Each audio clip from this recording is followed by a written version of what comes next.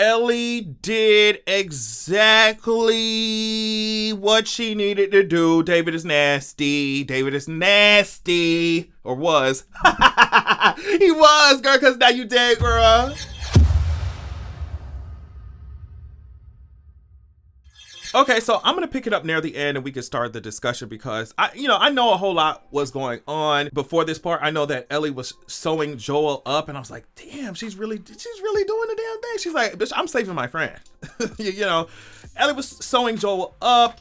And we met David, and honestly, as soon as I heard that he was a pastor, I immediately started rolling my eyes. I was just like, girl, I hope they're not trying.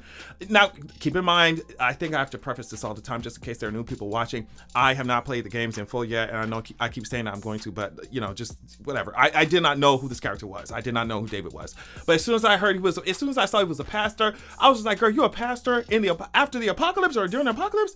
It has to be some weirdo. I mean, it's already weird cult shit going on in most churches anyway.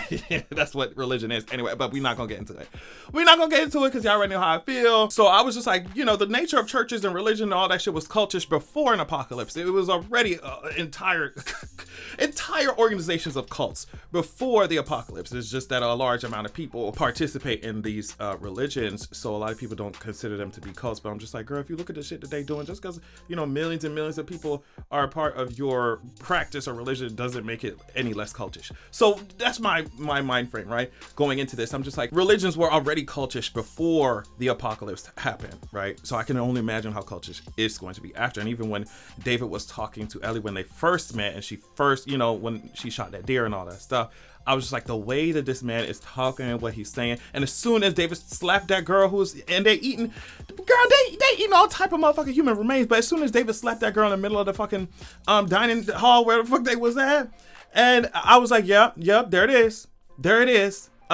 So yeah, it's giving cult, like most religions. And I picked up on that immediately. And as soon as he said, oh girl, I know that everything happens for a reason, I started rolling my eyes because I hate when religious people say that stupid shit. Sometimes shit just happens and it's disgusting. You know what I mean? But he flipped it when he was just like, yeah, I'm gonna prove it to you because I know that you came here with somebody who shot one of our people. So what's up? Everything happens for a reason. Either way. So we're here. Ellie's in this cage, and and David's talking about, oh well, you're just like me. You're a leader. You see a lot of stuff. You're perceptive, but you're violent. And I think this is when Ellie was like, girl, you don't know anything about me. I think she is grappling with because there is some truth in what David is saying. Like, she is violent. She does have a violent heart. But a lot of people will say that. They'll point, oh, you're this. Oh, you're that. Oh, this is. Meanwhile, it's just like, okay, but I had to be violent to survive this bullshit. I had to be violent. You know what I mean? I had to be violent in order to live and move forward in this traumatizing space. But either way, she deals with that. David ends up saying, okay, we could lead these people together. And that's when I was like, okay, so, he's just as creepy as I thought he was, right? Because he's talking about, oh, you're my equal or something like that. I'm just looking for an equal. I'm surrounded by sheep. All I want is an equal and a friend. And it's just like, bitch, no, the fuck you don't, David. You don't want an equal. You don't want a friend. First of all, a child can't be your fucking equal. It's just weird as hell. But David, you don't want a friend. You don't want, somebody to actually converse with. The equal. You don't want equality because you would have surrounded yourself with people, grown adults, who are that. People who you want to manipulate people, and that's why you're at the center of this cultist shit. Like, stop playing. And then you're gonna tell Ellie, oh well, is the fungus evil? No, it's fruitful and it multiplies. It loves. And hearing that, I'm just like, yep, this is exactly how certain super extremist religious people sound when they talking. Like this is exactly how they sound. I'm like, this man is fucking crazy. Like, this man is crazy. So he ends up telling Ellie, okay, look, I can tell him to stop searching for your friend. And Ellie picks up really quickly that this guy is a fucking predator when he tries to touch her hand, and he's talking about, oh yeah, girl, we could do this together. And Ellie seems like, at first I was like, Ellie was just like, oh, okay, I get it. Like, oh. And I'm just like, Ellie, you're smarter than this. And she is. For half a second, I thought that she was like, I don't know, the way that but she did a good job tricking him into thinking that she actually believed what he was saying for a second, because they got close, bitch, and she broke his finger, and she tries going for his keys. And I'm like, yeah, Ellie, I knew you were smarter than that. I should have never doubted. Even for like a nanosecond, I was like, is this shit really working on Ellie? Like, Ellie's smart as fuck. No, it wasn't. She broke his motherfucking finger, bitch. And he says, like, let's go see what I tell the others now. And Ellie was just like, girl, guess what? My name is Ellie. And make sure you tell them that Ellie's the little girl that broke your fucking finger. And obviously, like I said, I haven't played the games, but I went online, social media, and saw how some of these scenes from the show line up with the games, and that one was very, very fucking close. Like, oh my god, and it was kind. And the actress Bella, she's doing her damn thing. Oh my gosh. So Joel's over here trying to make it to the spot. He sees the damn dead horse. He sees their horse. Then he sees the bodies that these motherfuckers are over here eating. It's just an all-around mess. I mean, I would have been so alarmed, as anybody would, seeing that. I'm looking for my girl. I'm looking for Ellie. Like, where are they at? I'm seeing bodies hanging around. I'm seeing a dead horse.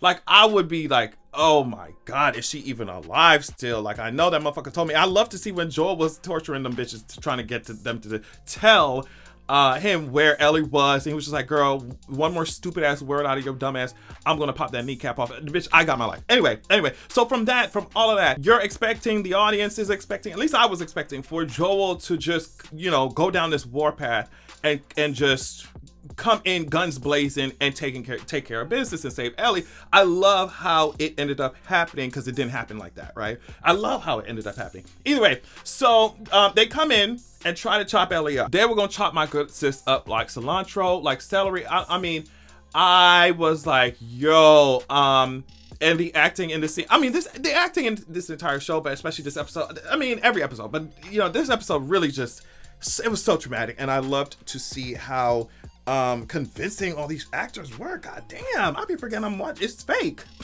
But it was so good. She ends up thinking really fast, and she says, okay, well, I'm infected, and now so are you. It kind of fucks with their brain a little bit, because Ellie had just bitten David, and they ended up arguing with their with David's right hand man. I forget his fucking name, but David ends up saying, well, this can't be real, because she would have turned by now. It doesn't need it, And the other guys are like, well, it looks fucking real to me. I mean, they're just over here. She fucks with their head. Ellie fucked with their head really good, because it gives her enough time to grab that fucking knife and slash this motherfucker real good. Okay? And she runs out to go hide. And at this point, I'm just shaking in my boots, because I'm like, bitch, you're lucky you even got, Ellie, you lucky you even got out of that cage. So she ends up throwing this lit wood at him, but it ends up starting a fire. And I really love the imagery here, because David is positioned like Satan in hell. The flames all around. You're stuck in hell with this devil, and it just really, the flames in the background, being trapped in this space, it really gives you hell and demon and Satan and devil imagery, right? I just thought it was perfect. I mean, terrifying, but like storytelling wise, I thought it was perfect, right? So, they end up playing this game of cat and mouse. He says, the doors are locked and I have the keys. He says, I know you're not infected. No one who's infected fights this hard to stay alive. At first we thought that Ellie had pissed David off so much that he was like, but he was trying to kill her. But now he says that, well, I want to keep you. I want to keep you, and I want to teach you. I've decided that you need a father. And girl, if I was Ellie, I would be like, bitch, this motherfucker needs to either kill me or I kill him, because he ain't keeping me. So you either need to kill me, okay, or I'm gonna die trying to kill you or something, whatever. But bitch, one thing that's not gonna happen is you keeping me like a damn pet, like a damn toy, okay?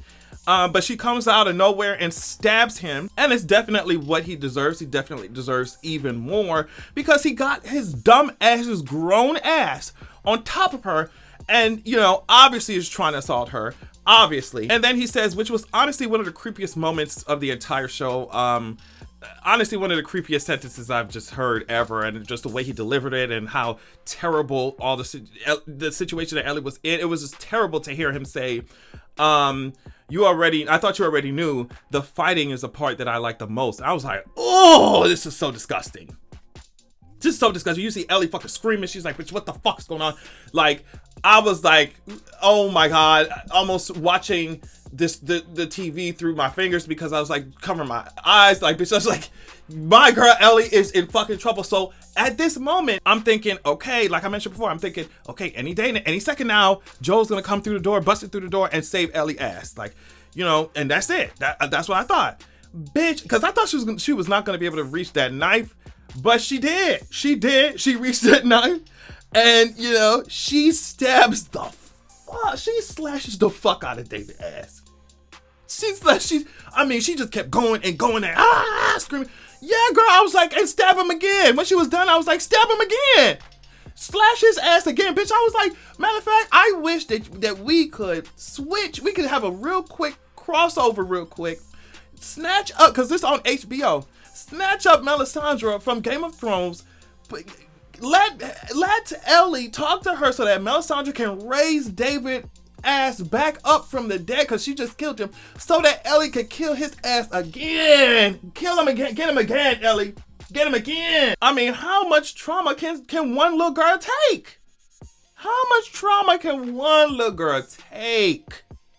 In the apocalypse, in Armageddon? Oh, David, you're gonna have to get your ass back up. I would be, if I was Joel, I'd be tapping David like, you're gonna have to wake up, babes. You're gonna have to, I mean, face hanging off and everything. I would be tapping David's shoulder like, you're gonna have to wake up, because we're gonna have to kill your ass again, bro. Like, we're gonna have to kill your ass again. And it's gonna be worse. Oh my God, she did the damn thing. The actress did the damn thing. Oh my goodness.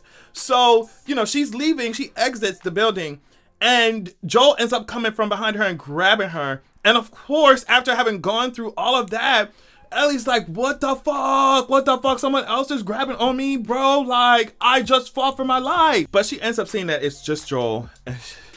Like, oh my goodness, it's just Joel. And he said, it's okay, baby girl. And he hadn't said that for years. He hadn't said that phrase for years since his daughter passed. And I'm just like, oh my God, y'all about to make me cry. Y'all about to cry. Oh my God. After when the fucking lights turned off, well, I'm saying the lights turned off, but you know what I mean. When the screen went to black, right after we watched them walk away with each other, I was just like, oh my goodness. I need a moment to just process what the fuck I just watched. You know, but I love this idea that Joel, because I watched the like behind the scenes stuff where the creators and showrunners talk about it, but I love this idea that Joel doesn't come in and save her physically. The showrunners said they you know, Joel saved her more emotionally than anything. Make sure, you know, that's a traumatic experience, and it's great to see a face that cares about you after you went through that shit. So it's like Joel ends up saving Ellie just in a different way. You know, I love, you know, common tropes when they're used well, but I love when common tropes are turned on its head, and I feel like this definitely did that, because at least for me, and like I said, I don't have an experience with the game, so I don't know. I didn't go into this episode with any context, but I just love the fact that the audience, or me, I was just expecting Joel to come through and just come beat these motherfuckers up. And granted, he did help, because he got rid of the other members of David's team right when he was interrogating them and torturing them. But you know, at the end of the day, Ellie was the one who got that fucking butcher's knife and chopped his ass up into little pieces, just like he thought he was going to do to her. And I just love that for Ellie's character, that she had the power in that moment to save herself, and she did, right? But I just wonder, what does this mean going forward? What does this mean? Ellie's traumatized. Joel is traumatized. What's going on? But I love that at the end of the day, they got each other. They have each other.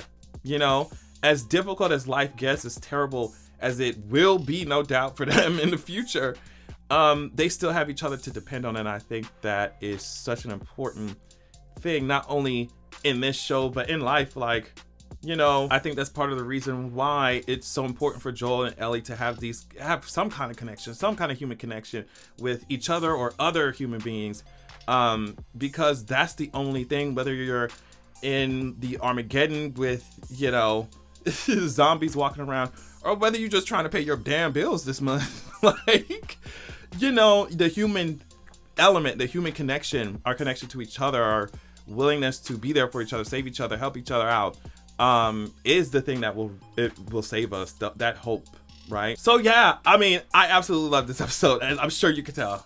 I'm sure you can tell I absolutely love this episode. Like I love every episode. I've been saying that shit about every episode. But yeah, tell me what y'all think about this installment.